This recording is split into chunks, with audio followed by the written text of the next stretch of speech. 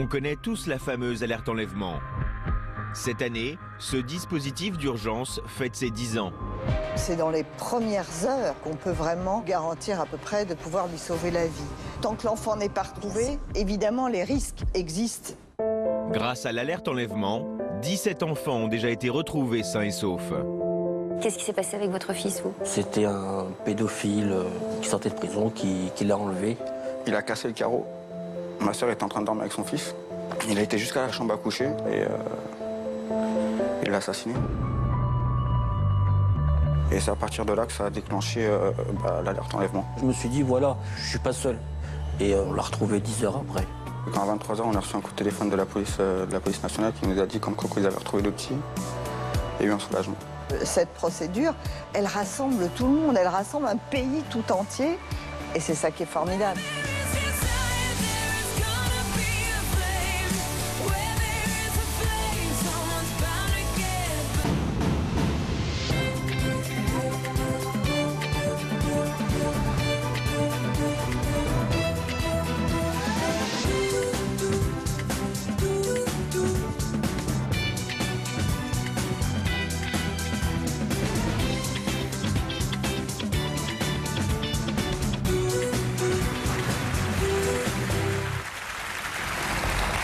Bonjour à tous, merci de nous retrouver pour ce nouveau numéro de Toute une histoire.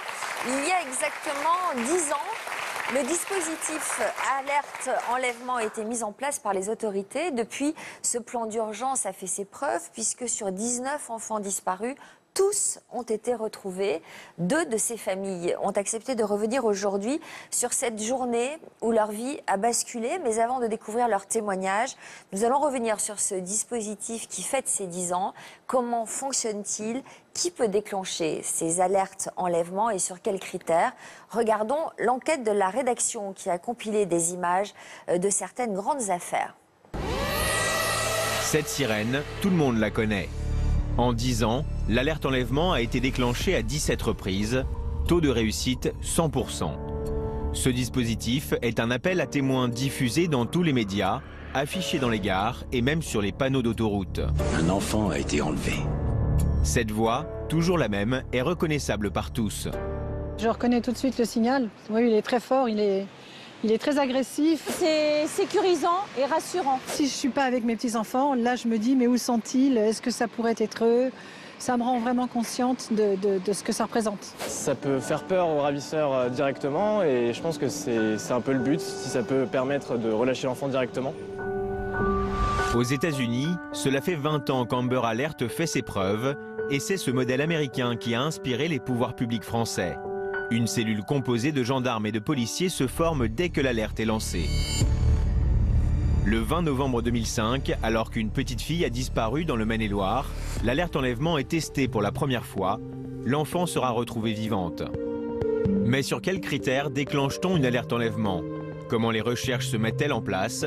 Nous sommes allés à la rencontre d'Olivier Pedro José, porte-parole du ministère de la Justice. C'est le procureur de la République qui décide de déclencher l'alerte enlèvement. Il doit s'agir d'un enlèvement avéré et non pas d'une simple disparition, même inquiétante. La victime doit être mineure, sa vie ou son intégrité physique doivent être en danger. Il y a une cellule de crise dans laquelle les appels sont reçus, soit par la police, soit par la gendarmerie. Et donc l'ensemble de ces appels sont reçus au niveau central afin d'orienter les investigations sur le terrain pour retrouver le plus rapidement possible l'enfant. Parmi ces enfants enlevés, certains ont marqué la mémoire collective. Le 15 août 2007, un enfant de 5 ans disparaît à Roubaix. L'alerte est lancée et il sera retrouvé quelques heures plus tard. Le 16 février 2010, le plan est déclenché après l'enlèvement d'un bébé de 18 mois à Fontenay-sous-Bois. En fin de soirée, il est retrouvé à quelques kilomètres de là. L'opération Alerte Enlèvement a permis de le retrouver sain et sauf. C'est bien son père qui l'avait kidnappé. Le 23 avril 2015, l'alerte enlèvement est déclenchée pour la 16e fois. Après avoir échappé à la vigilance de sa mère, une petite fille de 7 ans disparaît. Après 8 heures de recherche, l'enfant sera retrouvé et son kidnappeur arrêté. Aujourd'hui, pour contacter les enquêteurs, il faut composer le 197. Ce numéro unique sert pour alerte enlèvement comme pour alerte attentat. Sacha et Mustapha, bonjour messieurs. Bonjour. J'imagine que ce n'est pas facile pour vous de raviver ces douloureux souvenirs. Je vous vois d'ailleurs très ému devant la diffusion de ce reportage. Et merci d'avoir trouvé le courage de venir témoigner aujourd'hui. Alors, nous allons revenir sur ces deux affaires qui ont marqué les Français. Mais d'abord, je vais présenter les deux experts qui nous accompagneront tout au long de cette émission. Maître Gégeur, bien sûr, notre avocat. Mais aussi Nicole Gage. Bonjour madame, ancienne secrétaire d'État aux droits des victimes. Merci d'être avec nous tous les deux. Nicole Gage, vous avez participé à la genèse de ce projet Alerte Enlèvement lorsque vous étiez au gouvernement. Tout est parti d'une rencontre. Plutôt d'un drame, puisque j'étais à peine nommée dans mes fonctions au ministère de la Justice qu'un petit garçon était enlevé. Et sa famille avait demandé à ce que je me rende sur place pour qu'on puisse garantir que les recherches étaient bien faites. Et ce qu'il faut savoir, c'est qu'il y a 10 ans, le seul moyen dont on disposait réellement pour rechercher un enfant, c'était en gros de photocopier la photographie de l'enfant et de la poser sur les vitrines des magasins environnants. Et à côté de ça, on faisait des battues, les populations, les services de police, on en était là. Et donc, je me suis rendue sur place, et puis voyant qu'effectivement tout était mis en œuvre, j'avais rassuré la famille en disant que vraiment, qu'on faisait le maximum et qu'on allait y arriver, parce que je le croyais. Et malheureusement, environ un mois après, on a retrouvé ce petit garçon mort, tout près de l'endroit où moi je m'étais trouvée, où j'avais fait ces déclarations. Et évidemment qu'à la fois, comme tout un chacun, j'ai été particulièrement choquée, mais en charge du droit des victimes au ministère de la Justice, je me suis dit qu'il fallait que j'aille plus loin, que je trouve autre chose.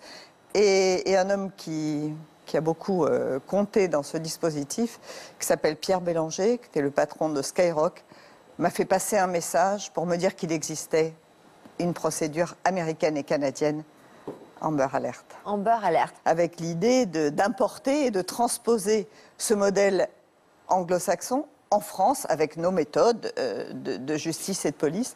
Ça n'a pas été aussi simple que ça, mais enfin, en tout cas, l'idée, c'était celle-là. Donc, à Paris, vous avez mis en place un groupe de travail qui vous a rendu un rapport. Et quelle a été leur conclusion? Négatif. Négatif.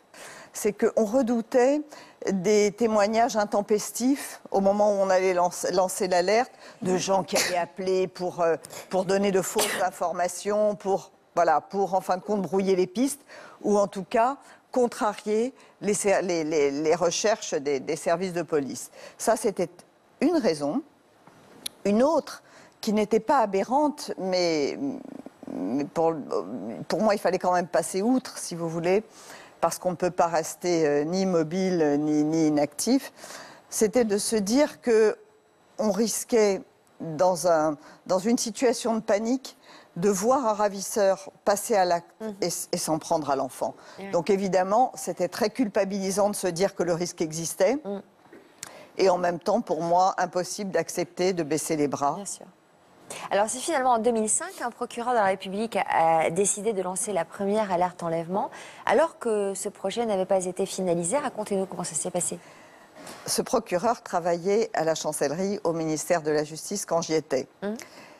Je crois qu'il s'est souvenu au moment où il s'est retrouvé en situation dans son secteur de voir cet enfant enlevé, de la peine que j'avais eue à essayer de convaincre, de taper à toutes les portes, de plaider comme nous le faisons à la barre pour essayer de faire entendre le fait que ce dispositif pouvait avoir du bon, qu'en tout cas il fallait le tenter, qu'on ne pouvait pas laisser un enfant en danger sans tenter, sans lui donner une chance.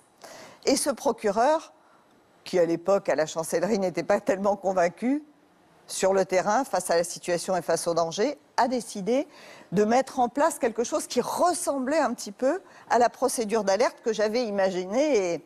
Et voilà. Et elle a, grâce à cette procédure, grâce à ce semblant d'alerte, on a retrouvé cette petite fille. Et ça a enfin convaincu tous ceux qu'il fallait encore convaincre. Donc ça a été une victoire pour vous jusqu'à ce que cette méthode soit officiellement entérinée. Le mot victoire, dans ce type de situation, face à ce type de problème, n'est vraiment pas adapté. J'étais soulagée, Quand on se bat, voilà, on a besoin à un moment de se faire entendre quand on est sûr d'avoir raison. Les victoires, on les réserve pour d'autres combats. Celui-là, c'en était un pour la vie et pour les enfants. Alors donc voilà, un soulagement, on va dire. Oui, un soulagement avec quand même, malgré tout, à chaque fois que l'alerte est déclenchée, un stress incroyable et une sorte de panique intérieure. Tant que l'enfant n'est pas retrouvé, évidemment, les risques d'un passage à l'acte ou de ce genre de choses existent. Est-ce que vous connaissiez cette histoire, Sacha et Mustapha? Personnellement, non. Non. Du tout plus. Voilà. Depuis le début de cette émission, Marc, nos téléspectateurs ont dû se faire la remarque. Nous ne citons aucun prénom d'enfant et tout ceci est volontaire. Est-ce que vous pouvez leur expliquer pourquoi nous devons prendre cette précaution? Mais on prend cette précaution parce qu'on protège l'intimité de la vie privée en France et plus particulièrement celle des enfants. On ne peut pas nommer un enfant ni même permettre au travers des propos qu'on pourrait tenir de l'identifier. Ça va donc très très loin. C'est la raison pour laquelle même lorsqu'on a vu les panneaux d'alerte enlèvement, les noms étaient floutés ou noircis de manière à ce qu'on ne les voit pas. Ça fait partie de nos obligations et c'est ce qui protège encore un peu nos enfants de cette vague d'informations permanentes. Mustapha, votre fils avait 5 ans. C'était le jour de la braderie de Roubaix et vers 14h, vous êtes rentré du travail. Qui s'occupait de lui ce jour-là? Il y avait ma mère et mon père. Donc il était déjà parti à la braderie avec sa grand-mère. Donc il a voulu une paire de baskets que ma mère lui a achetées.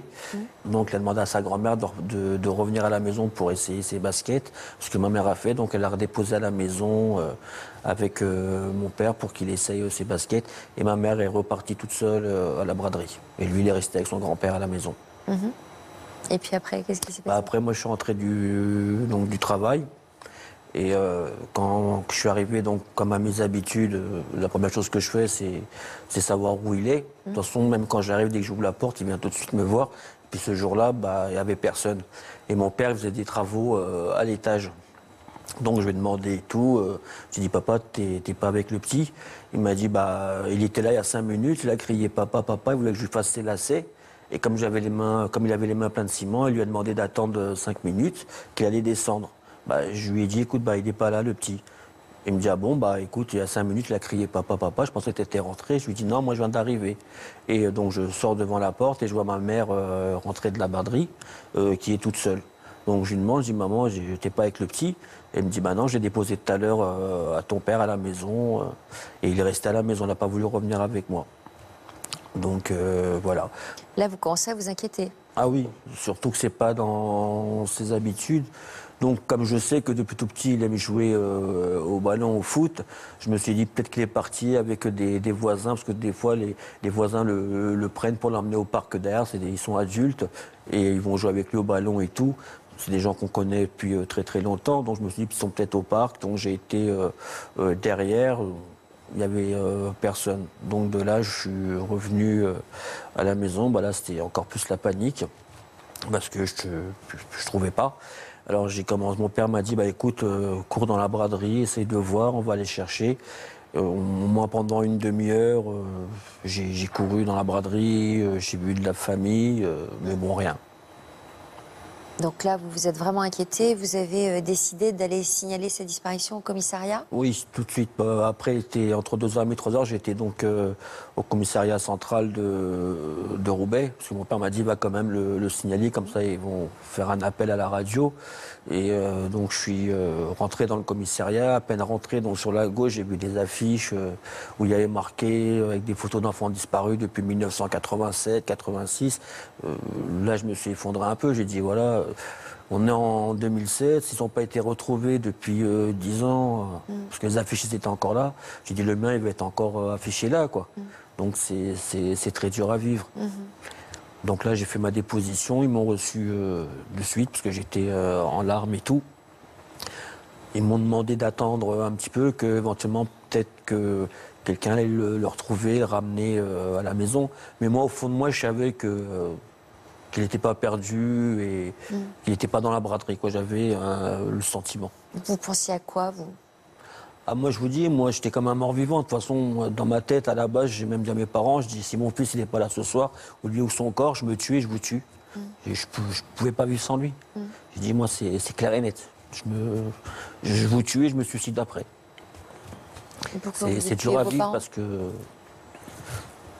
on ne sait pas ce qu'il vit, on se met à la place, on se dit, est-ce qu'il souffre, est-ce qu'on lui fait du mal. Puis voilà, vous le couvez, et vous ne lui avez jamais fait de mal, mais vous posez plein de questions. Et comme vous n'avez pas de réponse, c'est dur à vivre. Vous avez croisé des camarades de votre fils, peut-être oui, pour essayer d'obtenir des informations? Comme moi je cherchais et tout, donc j'ai vu, comme je vous disais tout à l'heure, comme il y a les voisins qui l'emmènent souvent jouer au ballon, j'ai vu ces personnes-là. Donc j'aurais posé la question à savoir si ils n'avaient pas vu mon fils dans les parages. Ils m'ont dit, si on l'a vu il y a à peu près 30-40 minutes de ça. Alors je leur dis, j'étais content, je dis, vous l'avez vu où? Il me dit, il était avec son oncle. J'ai dit, il n'a pas d'oncle. La seule famille qu'il a, c'est moi et mes parents. Il me dit, si, il y avait un vieux monsieur avec un plâtre mal rasé, une casquette rouge, et il le tenait par la main, et ils sont passés devant la maison, ils ont longé la rue. Avec un plâtre? Oui, il avait un genre de plâtre bleu c'est un grand classique. Au bras. C'est un grand classique des kidnappeurs parce que ça rassure l'enfant, parce que la personne est un peu diminuée, donc elle fait moins peur. Et on a plutôt tendance, quand on est enfant, à avoir de l'empathie pour les gens qui souffrent. Donc malheureusement, c'est un système qui est souvent utilisé. C'est grâce d'ailleurs à ces signalements qui a permis... Donc là, il y a plusieurs personnes qui vous ont fait ce signalement? Les enfants, 2-3 personnes, oui. Ouais. Donc plusieurs enfants l'avaient vu, en compagnie de ce soi-disant oncle. Voilà. Et donc moi là, j'étais sûr que... Donc là, vous êtes retourné voir la police pour leur raconter ça? Oui, tout de suite. Tout de suite. Comment ont-ils réagi?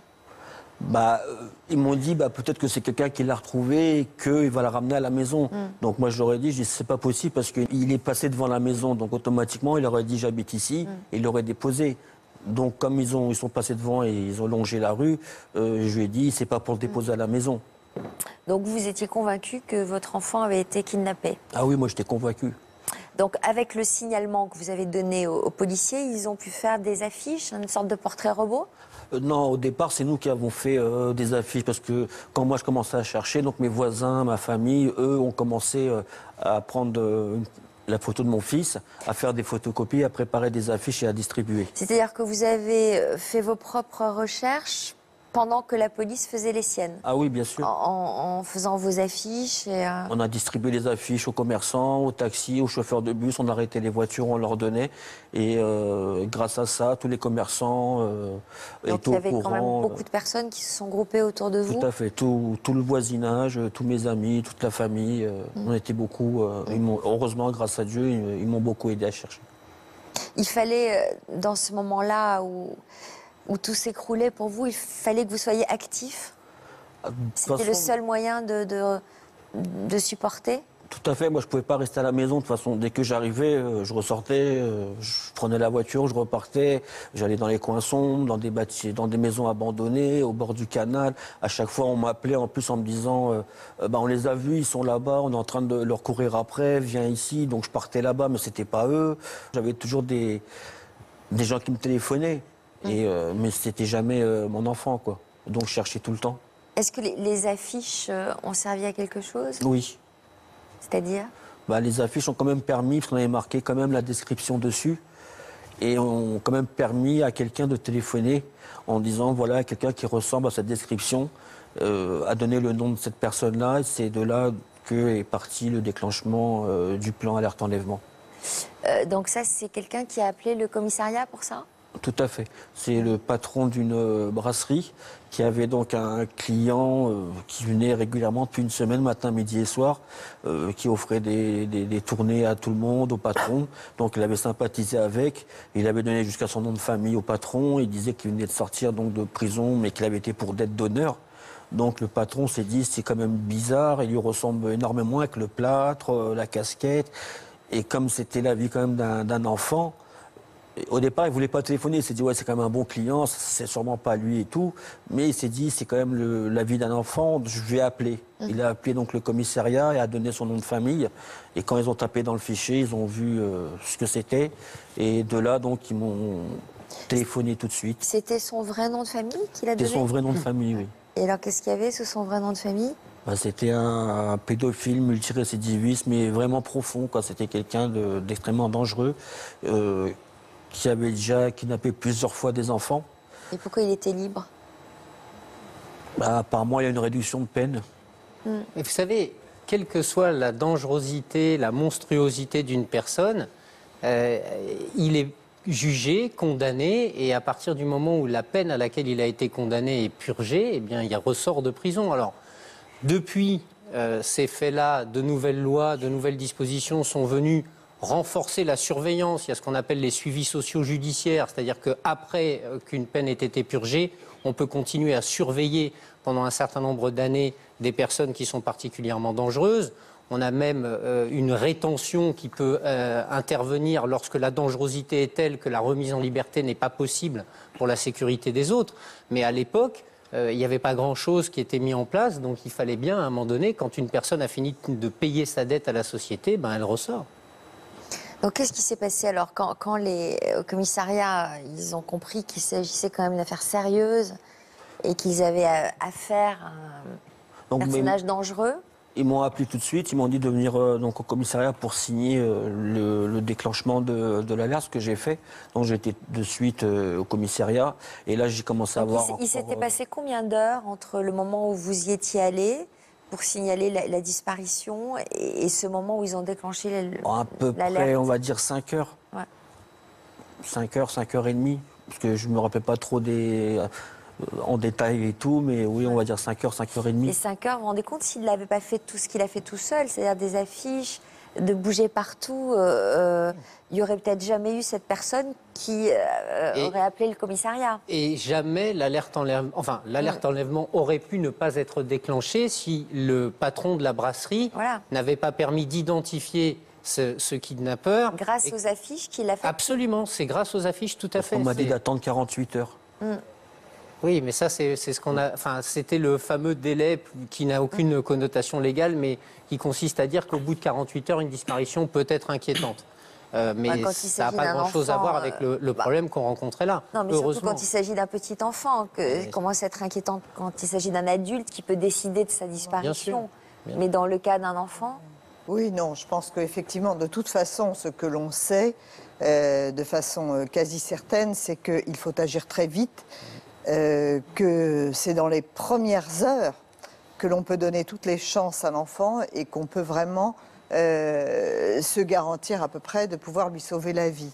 Ce qui est très intéressant dans votre expérience, et je crois que votre petit garçon vous doit aussi beaucoup, c'est que l'alerte n'est déclenchée que lorsqu'il s'agit d'un enlèvement avéré. Tout à fait. Et c'est vous, grâce à ces affiches et à la façon dont vous avez remué la moitié de la planète pour vous faire entendre. Mais est-ce que c'était à lui? Est-ce que c'était à lui de remuer tout ça? Est-ce que c'était pas le travail des policiers? Non, mais chacun, je pense que chacun l'a fait. Ouais. Chacun sa méthode.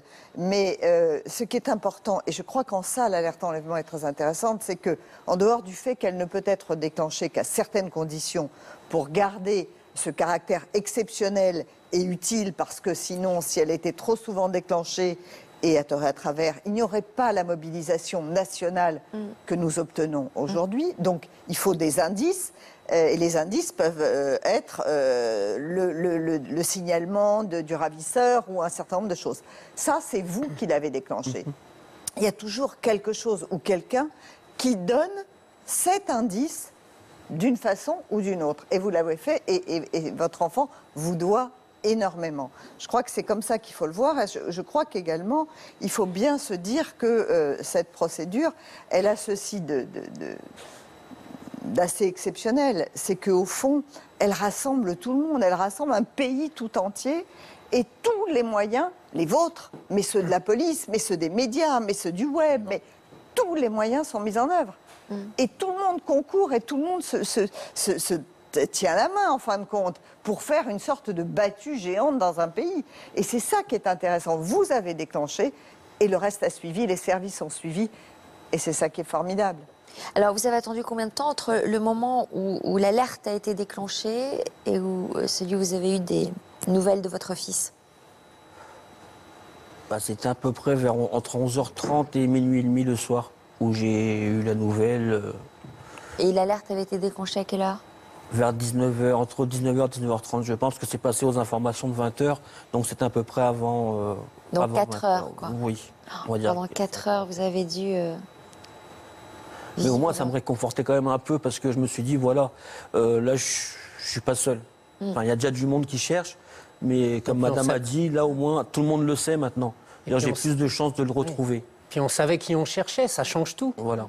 Je veux dire, à partir du moment où on a identifié le kidnappeur, ça représente un progrès énorme et ça permet de mobiliser tous les services de police et de gendarmerie. Ils savent qui ils cherchent, quoi. Ouais, surtout que nous, géographiquement... En connaissant le profil du kidnappeur, quand même, vous avez dû redouter le pire. Bien sûr. Surtout que, comme je dis, voilà, géographiquement, on est frontalier. C'est ça qui me faisait le plus peur, parce que je me suis dit, voilà, le temps il passe et je peux ne plus le retrouver après.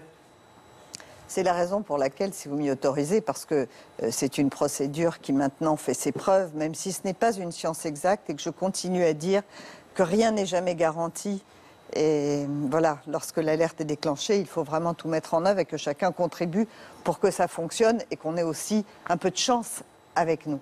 Mais au-delà, donc maintenant que l'on sait que cette procédure, on la retrouve dans les médias, sur les autoroutes, dans les aéroports, partout, sur le net, nous avons développé une application mobile. Bref, tout y est, mais nous sommes encore sur le territoire français.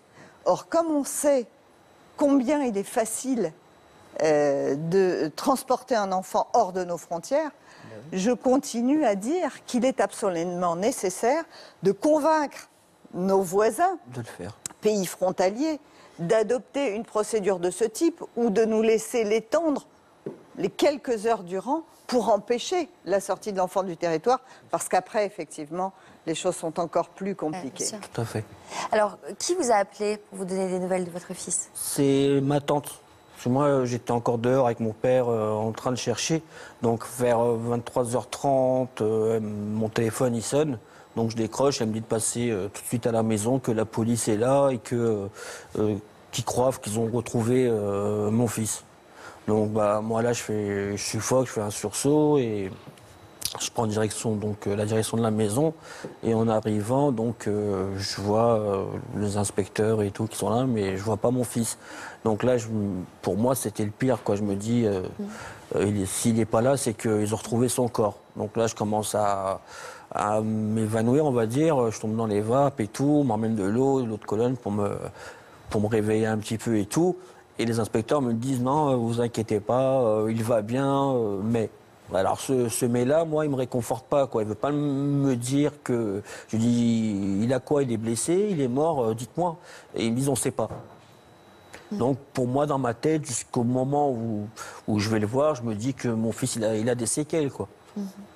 Et ça me fait du mal, quoi. C'est dur. Et alors, d'abord, comment ils ont fini par le retrouver? Comment ils ont fini?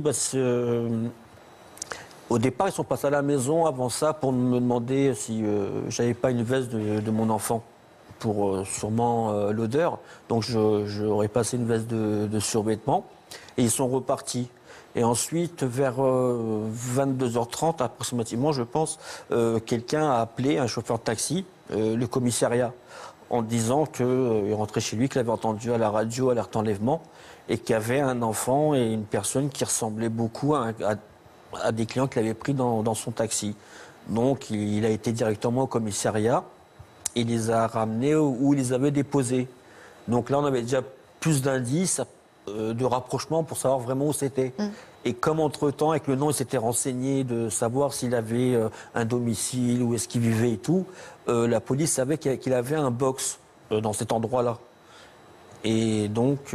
Alors, le coup du plâtre, vous disiez que c'était une technique, une tactique des ravisseurs. oui, oui. Sauf que, hélas, pour le ravisseur, c'est quelque chose, c'est un élément qui permet de le reconnaître partout quand même. Bien sûr. Hein, mais en fait, en là, je crois l'occurrence, que là... pour le cas qui nous occupe, c'était un plâtre réel, c'est-à-dire qu'il avait vraiment une fracture. Ah, d'accord. Mais c'est un système qui est parfois utilisé. Après, on enlève le plâtre et justement, ça enlève un moyen de reconnaître. C'est abominable, quoi. Ouais. L'approche, c'était ça. De toute façon, il a aidé à faire son lacet. Après, mon gamin m'a raconté. Et c'est comme ça qu'il l'a approché. Parce qu'il avait mis ses baskets. Il s'est servi de son plâtre. Il s'est fait passer pour un grand-père gentil, quoi. Il lui a fait d'abord ses lacets, et il lui a parlé, et puis il a dit j'ai un magasin de jouets, si tu veux des jouets, je vais t'en donner. Et il l'a emmené comme ça. Parce qu'il l'a pris devant la maison. Donc le coup du box, alors, donc le chauffeur de taxi leur montre où il les a déposés. Ensuite, qu'est-ce qui se passe? Donc, ensuite, il y a le chien, ils appellent un maître chien. Je pense que c'est la police cynophile qu'ils appellent ça. Ils font sentir donc la veste de survêtement au chien. Je pense qu'il y avait à peu près une 80 box ou un peu moins. Et puis le chien, il s'arrête devant le box numéro 2. Et il commence à gratter. Donc là, ils comprennent qu'il y a quelqu'un à l'intérieur. Mais il fallait qu'il fasse quand même assez vite. Parce qu'ils avaient peur que... s'il entend du bruit, qu'il fasse du mal au petit, comme ils ne savaient pas s'il était bien ou pas.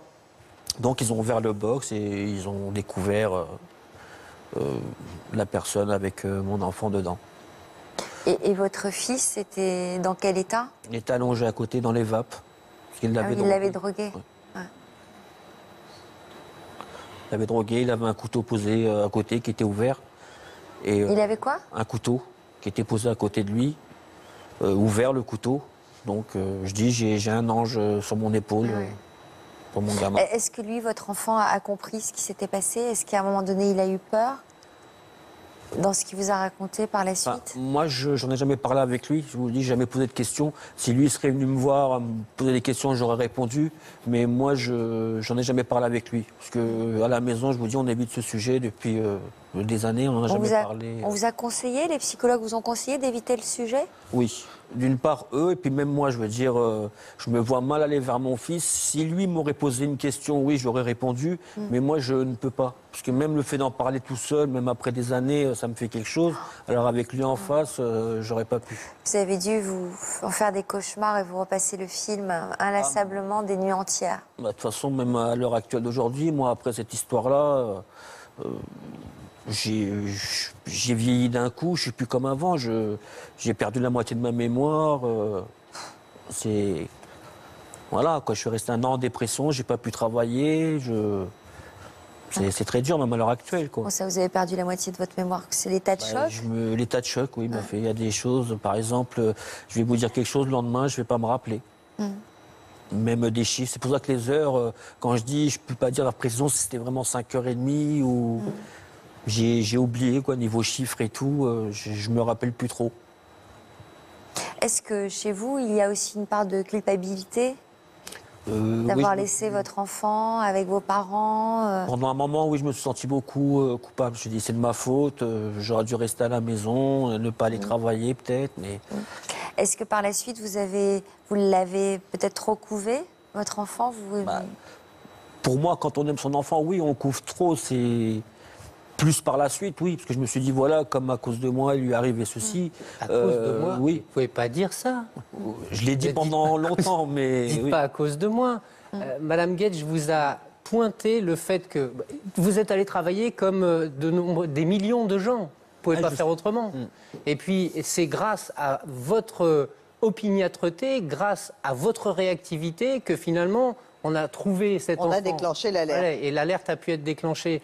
Donc je crois deux fois, il vous doit la vie un peu. Quoi. Je sais bien, mais voilà, c'est notre chair, donc on a envie d'avoir plus nous mal qu'à eux, quoi. Donc on se dit toujours ça.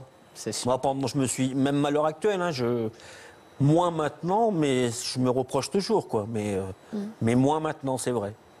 Mais quand vous faites aujourd'hui, il a 13 ans, votre fils, dès qu'il sort, dès qu'il fait quoi que ce soit, vous devez être... De toute façon, il sort plus trop maintenant. Il va au foot, après il est à la maison tout le temps, il va pas trop, il sort plus trop, quoi. Et même s'il sort, il est devant mes yeux. Je le vois et il est juste en bas, quoi. Je veux dire, C'est vrai qu'on est inquiet. On est tout le temps inquiet. On se demande où il est. Mais Alors, en octobre 2009, il y a eu le procès du ravisseur de votre fils. J'imagine que ça a été une nouvelle épreuve pour vous. Vous avez peut-être été confronté à lui? Oui. Je l'ai vu au procès, mais de toute façon, moi, je ne l'ai jamais caché. J'ai jamais eu peur de lui. Je le hais, cette personne-là, je la hais. De toute façon, même à l'heure actuelle, je l'aurai en face de moi, je ferai ce que j'ai dit à l'époque et je le ferai. J'ai jamais, mon regard, j'ai toujours mis sur ses yeux, j'ai jamais baissé ma tête, parce que mon enfant n'avait rien fait de mal. C'est lui, au contraire, qui lui a fait du mal. Mais voilà, donc le procès s'est passé, il a eu sa peine. Et... À quelle peine il a été condamné? Il a pris 30 ans on avait demandé perpétuité. Ils lui ont donné 30 ans avec 20 ans de sûreté. Mais bon, par rapport à l'âge qu'il a, donc 63 ans, dans ma tête, je me suis dit, même s'il sort, il aura 83 ans, il ne ressortira pas Alors vous savez que santé 30 de la ans avec 20 ans de sûreté, c'est plus lourd que la perpétuité. Parce que la perpétuité, la peine de sûreté, c'est 15 ans. Quand on prononce 30 ans avec 20 ans de sûreté, ça veut dire que pendant 20 ans, c'est incompressible et la personne restera, quoi qu'il arrive, en détention. Il ne peut pas avoir de remise de peine avant Sur 20 la ans. période incompressible, non. Non, sur la période de sûreté, on ne peut pas. Surtout quand on a ce profil-là. Il s'était attaqué déjà auparavant à plusieurs enfants? Ah Il y avait oui, eu plusieurs victimes? À ce qu'on a su au procès, il y a eu 40 enfants. Depuis l'âge de 19 ans, il a fait ça sur 40 enfants. Mais lui disait, de sa propre bouche, il disait qu'on avait eu au moins 100, parce qu'on avait à qui il donnait des bonbons, qui se plaignaient, qu'il n'allait pas dire ça à leurs parents, peut-être de peur ou de honte. Il y a beaucoup d'enfants qui n'ont pas été raconter ce qui s'était passé, quoi. Bon, écoutez, l'alerte a porté ses fruits. Votre fils va bien. On va très bien, grâce à Dieu. Et cet homme-là est en prison. Oui. Donc, il y a une justice, en l'occurrence. Bien sûr, bien sûr. Alors, Sacha, nous allons revenir sur votre histoire. Tout a basculé pour votre famille le 16 février 2010. Vous vous trouviez où, ce jour-là? À ce moment-là, je me trouve au travail. Il était 9 h du matin quand mon père m'a appelé. Il m'a dit qu'il y avait la police et les pompiers à la maison. Il m'a demandé d'appeler ma sœur. Moi, ce que j'ai fait, j'ai appelé ma sœur plus d'une fois sans qu'il y ait de réponse. Et je savais qu'il y avait des conflits avec le père de mon neveu. Je me suis dit que c'était pas la première fois que la police s'est déplacée à la maison pour les soucis qu'ils avaient. Parce qu'il se disputait, il était violent? Il y a eu beaucoup de disputes, de menaces, d'insultes. Lui, vis-à-vis d'elle? Ouais, vis-à-vis d'elle. Donc la police était habituée à venir? Elle était habituée à venir et c'est compliqué. Vous vous inquiétiez? Ouais. Votre sœur avait même fini par déposer plusieurs mains courantes, ainsi qu'une plainte contre son ex-compagnon. Est-ce que ça avait débouché sur quelque chose? Elle a fait plusieurs mains courantes. Il y a eu qui ont rien donné. Elle a été portée plainte, si je ne me trompe pas, quelques semaines avant ce qui lui est arrivé, avant son décès. Il y a eu un jugement qui est passé. Le père de mon neveu a été condamné à 4 mois de sursis et interdiction d'approcher ma sœur. Et une semaine après, il est passé à l'acte. Et c'est pas facile. Ouais, je comprends. Ce jour-là, vous avez tenté de joindre votre sœur? Ouais. Elle ne répondait pas? Ça répondait pas au téléphone. Il n'y avait pas de nouvelles, rien du tout. Et c'est vers les coups de 15 h de l'après-midi, mon père m'a appelé. Et m'a dit ta sœur est morte. Je fais pas un travail facile, je travaille en couverture, je travaille sur les toits de Paris. Et en fait, ça m'a coupé les genoux et je suis tombé sur le toit, quoi. Et à partir de là, je suis parti de mon travail et j'étais en direction de la maison. Vous arriviez à réaliser vraiment ce qui se passait? Sur le coup, non. En fait, c'est quand je suis arrivé à notre ancienne adresse, j'ai vu les habits de la police scientifique qui étaient par terre. Il y avait des scellés sur la porte. Et à partir de là, je me posais la question si c'était ma sœur ou si c'était le père de mon neveu qui était décédé. Parce que j'avais pas encore... Mais votre père ne vous l'avait pas dit? Pour moi, j'étais pas sûr. Voilà la photo de votre sœur. C'était une jeune sœur? Ouais. Elle avait combien de moins que vous? 6 ans. Donc vous ne vouliez pas y croire? Non. Vous aviez quelle relation avec elle?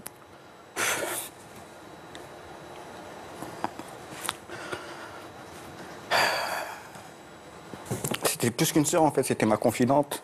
Elle savait tout de moi. J'ai perdu beaucoup. Et tu sais que ça, il n'y a personne qui pourra la remplacer. J'ai perdu une sœur, mon père il a perdu une fille. Bah, mon neveu il a perdu sa mère. Et c'est irremplaçable. Comme vous saviez que ces relations étaient conflictuelles et violentes, elle n'avait pas envisagé de venir habiter peut-être chez vous ou chez ses parents? Mais en fait, quand elle s'est embrouillée, en fait, il y a eu des histoires avec sa belle-mère et le père de mon neveu. À partir de là, elle est revenue habiter chez mon père, en fait. Comment il s'en est pris à elle alors, si elle était chez votre père? Le matin du 16 février, à 7h, entre 7h et 7h30, en fait, il est passé par-dessus le jardin parce qu'on habite au rez-de-chaussée. Et en fait, il a ramassé un gros caillou. Il a cassé le carreau. Et en fait, ma sœur était en train de dormir avec son fils. Il a été jusqu'à la chambre la chambre à coucher. Bon, ce qui a réveillé ma sœur en sursaut, c'est quand même le bruit du cassage de vitres et tout. Et lui s'est présenté là et il l'a assassiné. Et le petit garçon était réveillé? Il était juste à côté de ma sœur. Il avait quel âge? 1 an et demi à cette époque-là. Donc, votre père était dans la maison à ce moment-là? Non, on était au travail tous les deux. Mon père commençait, lui partait de la maison, il était 6h du matin. Et moi, je partais vers les mêmes heures aussi. Et en fait, il a attendu qu'il n'y ait personne dans l'appartement pour passer à l'acte. À quel moment vous avez appris le décès de votre sœur? Quand je suis arrivé à la SRPJ Créteil, vers les coups de 16h, par là, 16h30. Tout de suite, j'imagine que vous vous êtes inquiété pour l'enfant? Mais sur le coup, en fait, je leur ai dit où est-ce qu'il est mon neveu. Ils m'ont dit il y avait un enfant en bas âge, je leur ai dit oui. Et un enfant en bas âge d'1 an et demi. Apparemment, ils n'étaient pas au courant. Et c'est à partir de là que ça a déclenché l'alerte enlèvement. Qui est-ce qui avait trouvé le corps de votre sœur? Des policiers. Donc, du coup, parce que vous avez posé cette question-là, l'alerte a été déclenchée? Ouais. À quelle heure, alors? À partir de 18h, ils ont déclaré, ils ont fait l'alerte enlèvement. Donc, un spot a été diffusé dans les aéroports, sur les chaînes de télévision ainsi qu'à la radio pour tenter de retrouver cet homme. Vous l'avez vu, ce spot? Je l'ai vu parce que ça passe en boucle et tout ça. Après, comme j'aurais dit à votre collègue, tout ça, en fait, j'ai pas, moi, tout ce qui était info, que ça soit, je vais pas citer de nom, mais que ça soit des journaux ou télé, tout ça, avec ce qui s'est passé, en fait, j'ai évité de regarder tout ça. Vous étiez déjà en état de choc, ouais. Vous ne vouliez pas en rajouter. Exactement. Et vous, Moustapha, vous l'avez vu, le spot alerte enlèvement qui vous concernait après la disparition de votre fils? Non, le même jour, non, je ne l'ai pas vu. J'ai vu après avec les rediffusions, mais le jour même, non. Vous n'avez pas voulu le voir? Non, c'est pas ça, c'est que moi, j'étais tout le temps dehors en train de chercher mon fils. Donc à la maison, la télé était éteinte et je n'allumais pas la radio dans la voiture. J'étais en permanence à essayer de courir à gauche à droite pour essayer de le retrouver. Donc j'ai pas eu le temps ni d'entendre le plan. Marc, la disparition du neveu de Sacha a déclenché le 11e plan alerte enlèvement. Selon vous, pourquoi tous les critères étaient réunis pour lancer le dispositif dans cette affaire? Mais tous les critères étaient réunis, j'allais dire, d'un côté comme de l'autre, pour des raisons qui sont un peu différentes, mais qui montrent aussi à la fois l'intérêt et le succès de cette alerte enlèvement. Pourquoi? Dans une première affaire, vous avez quelqu'un qui n'a absolument pas le profil d'un kidnappeur, c'est un père qui va commettre l'irréparable et kidnapper son enfant. Donc ce n'est pas quelqu'un qui est inscrit dans une délinquance ou une criminalité dont on pourrait se méfier. Dans l'autre cas de figure, on a là un kidnappeur que je peux qualifier de plus professionnel, si j'ose m'exprimer ainsi, puisque c'est quelqu'un qui est un récidiviste, qui a déjà été condamné pour des affaires où il a porté atteinte à des enfants. Et finalement, on se rend compte que dans un cas comme dans l'autre, les critères étaient remplis et ça a fonctionné. Alors ces critères, c'est ceux que nous a rappelé le fonctionnaire de la chancellerie. Évidemment, un enfant mineur, un enlèvement avéré. Là, il n'y avait aucun doute ni d'un côté ni de l'autre. Une problématique sur la vie de l'enfant en danger. Là, d'un côté, une mère tuée, de l'autre côté, quelqu'un dont le passé démontre sa dangerosité.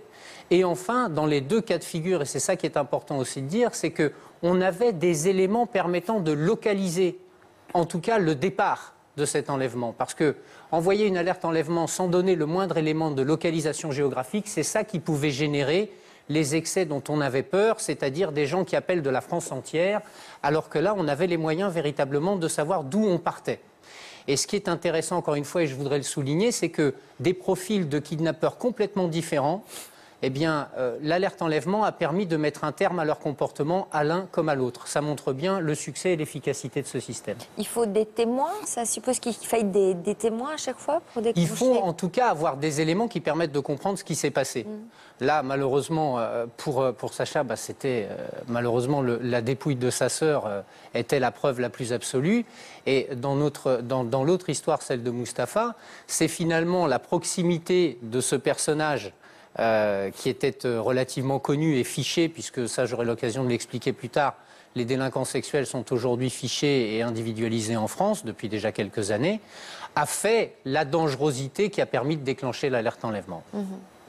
Alors, Sacha, vous étiez dans quel état d'esprit pendant toutes ces heures qui ont dû être interminables, j'imagine? De la peur. Parce qu'avec ce qui est arrivé à ma soeur, on ne savait pas dans quel état d'esprit était le père du petit, s'il comptait lui faire du mal ou pas. C'était vraiment de la peur. De la peur. Et j'avoue que quand on l'a retrouvé, quand à 23h, on a reçu un coup de téléphone de la police nationale qui nous a dit comme quoi ils avaient retrouvé le petit. Il y a eu un soulagement. Vous avez dû avoir très peur pour sa vie. Ouais. Mustapha aussi, j'imagine. Moi, j'étais comme un mort-vivant, moi. On est là, on ne ressent plus rien de toute façon. Est-ce que vous avez su ce qui s'était passé pendant ces 5 heures? Sur le coup, non. Après, c'est au procès des assises qu'il y a eu en 2012 qu'on a su exactement les événements qui se sont passés. On sait que lui, il est parti, quand il est parti de chez mon père, en fait, il est retourné chez sa mère, il s'est changé, et après il s'est enfui sur Paris. Avec le petit, ouais. Et à partir de là, en fait, il a contacté un ami à lui, ils ont été chez un autre ami à lui, et en fait, il a passé la journée là-bas, jusqu'à, si je ne me trompe pas, jusqu'à 22h30 ou 22h, un truc comme ça. Qui l'ont conduit chez une certaine personne qui était là au procès. C'est grâce à cette fille-là, d'ailleurs, que je voudrais remercier, parce que grâce à elle, on a pu retrouver mon neveu.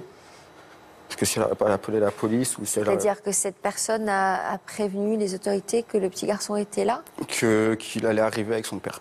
Et grâce à cette jeune femme, on a pu retrouver le meurtrier de ma sœur. Elle avait vu, l'alerte enlèvement, ouais. Elle a vu l'alerte enlèvement et je pense qu'elle a craint pour sa vie par rapport à ce qui s'est passé, vu qu'on parlait de l'assassinat de ma sœur en même temps. Je pense qu'elle a pris peur pour elle et qu'à partir de là, elle a prévenu la police pour qu'il fasse son travail. Vous avez rapidement pu voir votre neveu? Pas le jour même, mais dans les semaines qui ont suivi, ouais. Il était dans quel état? Apeuré, seul. Il était où pendant toutes ces semaines? En pouponnerie, à Sucy-en-Brie. Où? En pouponnerie. En pouponnerie? Ouais, c'est un centre pour les enfants que leurs parents ont des problèmes ou décédés. Donc vous l'avez récupéré dans quel état? On ne l'a pas récupéré tout de suite. Parce qu'en fait, à ce moment-là, vu qu'on n'a plus le droit d'accéder à l'appartement, mon père n'avait plus d'appartement pour accueillir mon petit-neveu. Il a fallu qu'il habite chez des amis de la famille proche pendant 4 mois. Mais vous pouviez le voir quand même? On a pu aller le voir, ouais. On a pu aller le voir, comme je vous dis, pas le jour même, mais quelques jours après, grâce à notre avocate qui a fait un excellent travail, qui a fait les démarches pour qu'on puisse aller voir mon petit-neveu. Il devait être complètement terrorisé? Il était terrorisé, il avait peur. Et le truc, c'est que quand on est arrivé le premier jour où on l'a vu, en fait, il fallait lui annoncer que sa mère était morte. Et ça n'a pas été évident. Et pourquoi il fallait lui annoncer dès le premier jour? Parce que la psychologue voulait fallait qu'on annonce absolument au petit qu'il ne reverra pas sa mère. Ça fait beaucoup quand même en même temps. Là, ça fait beaucoup, mais on ne nous a pas laissé le choix en fait. Ce qui est terrible, c'est qu'on rajoute pour cet enfant plusieurs traumatismes à celui qu'il a vécu, quoi, entre le temps de la séparation, le fait de lui annoncer la nouvelle. C'est un traumatisme que partagent malheureusement de nombreuses victimes lorsqu'elles sont mineures, des enfants. C'est qu'en dehors de ce qu'elles vont subir, elles sont arrachées à un milieu familial. Là, la raison, elle était finalement juridiquement compréhensible. Le père, auteur des faits, évidemment, il est hors de question qu'on lui confie l'enfant, et sa maman, qui détenait l'autorité parentale, était décédée. Donc il fallait mettre en place une procédure permettant de déléguer l'autorité parentale. Enfin, tout ça prend des jours. Et puis, il faut aussi se rappeler que lorsqu'un enfant vient d'être kidnappé, la première des choses dont on se préoccupe, c'est son état. Donc, des examens médicaux, essayer de voir dans son comportement quelle était l'importance du traumatisme subi. Mais il faut bien se rappeler que toutes les victimes subissent cette espèce de double traumatisme lorsqu'elles sont enfants, d'être arrachées à leur milieu pour leur sécurité dans un premier temps. Mais après, il faut remonter la pente de tout ça et expliquer. Et vous avez pu...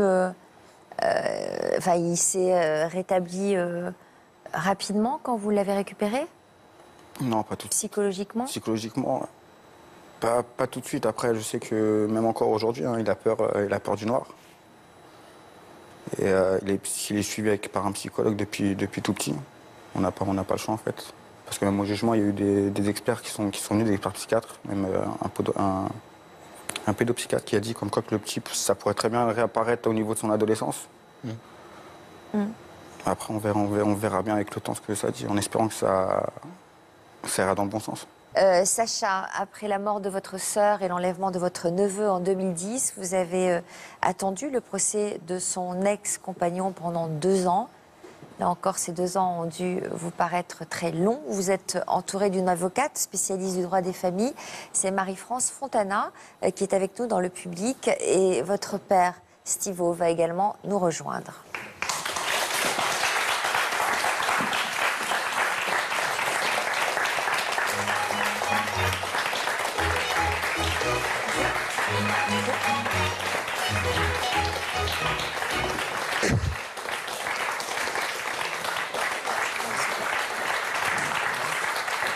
Maître Fontana, donc vous vous souvenez, j'imagine, de votre première rencontre avec Sacha et sa famille?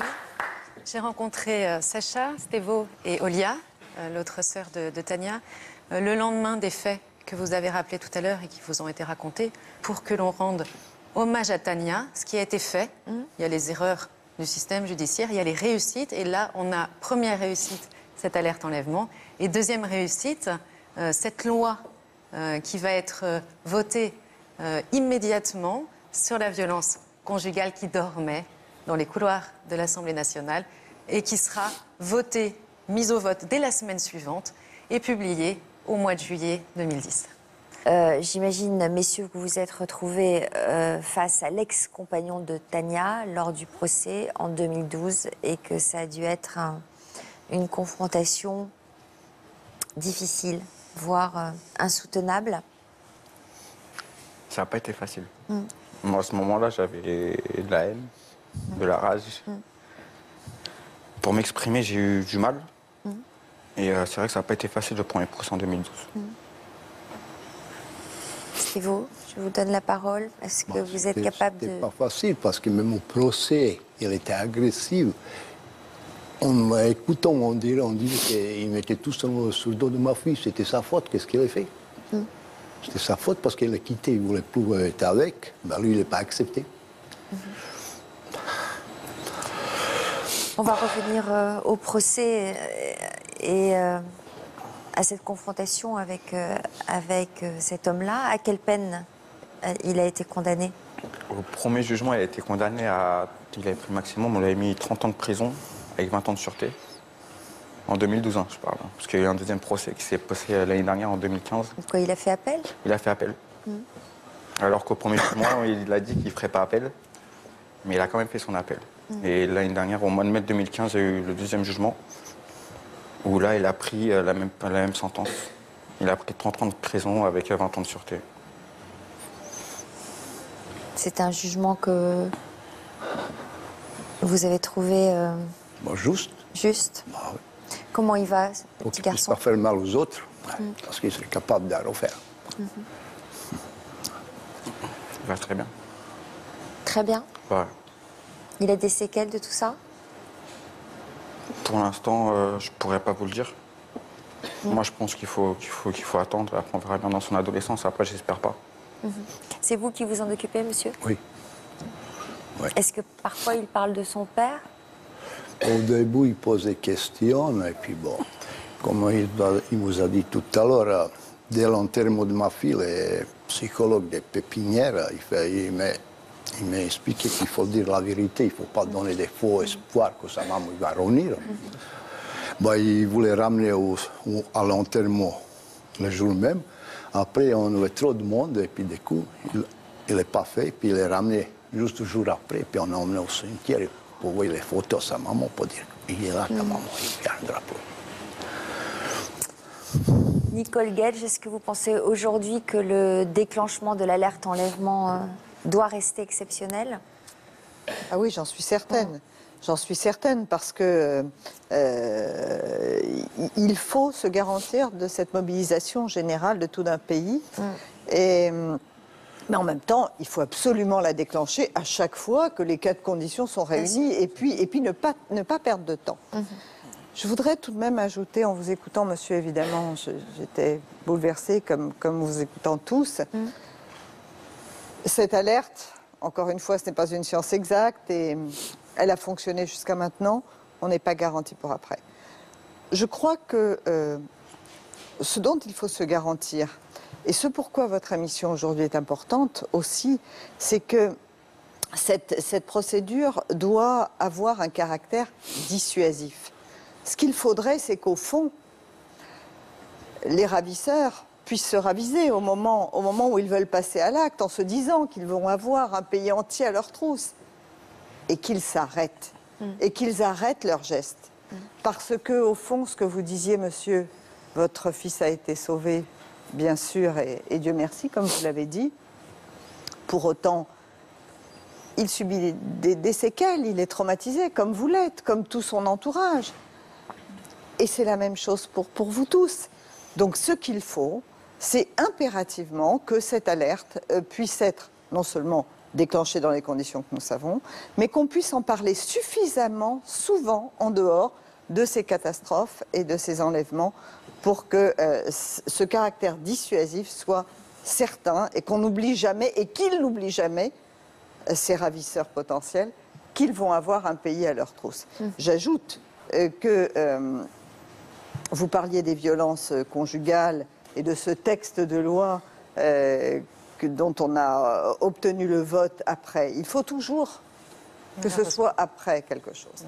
Et lorsque on parle de ces délinquants sexuels pour lesquels, là aussi, on s'est tellement battu pour qu'il y ait enfin un fichier de ces délinquants qui a aussi permis d'aider aux recherches pour ce qui vous concerne, je me dis que décidément, vous faites vous aussi un travail très important en aidant des professionnels à faire entendre une voix ailleurs que dans les prétoires, ailleurs qu'à l'Assemblée, ailleurs que dans la sphère politique, pour que l'on comprenne que dans la vie quotidienne des gens et des Français, il faut encore faire un certain nombre de choses pour éviter le pire, ou à défaut du pire, des drames et des traumatismes dont on a tellement de mal à se remettre.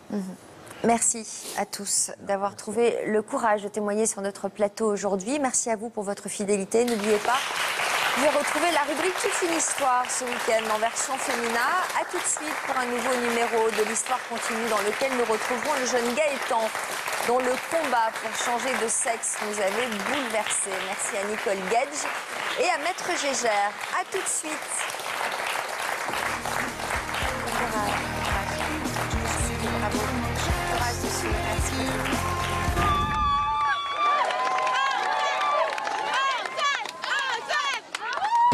Bientôt, au sommaire de Toute une histoire. Je me suis réveillé et tout mon côté gauche ne marchait plus. J'ai voulu sortir de mon lit et je n'ai pas pu.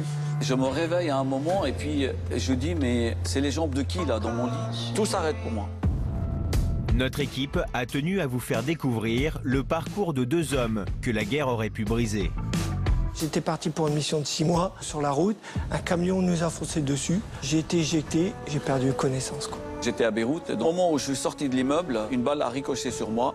20 minutes par terre, une hémorragie interne. Sur le moment, j'avais qu'un objectif, c'est de rester réveillé et de ne pas m'endormir, de ne pas partir. Quand vous êtes au sommet de votre art dans votre travail et du jour au lendemain, vous vous retrouvez plus bas que terre, il faut vraiment prendre sur soi pour pouvoir se relever, quoi. C'était un blocage interne, la révolte. elle a des primes, elle a tout ce qu'on veut, c'est-à-dire on passe par là. Mais leur personnalité en a décidé autrement. Le dernier pari complètement fou que vous vous êtes lancé. Pékin-Camp en handbike, en vélo, c'est un vélo à bras. Ça fait 12 000 km, dont 5 000 en vélo.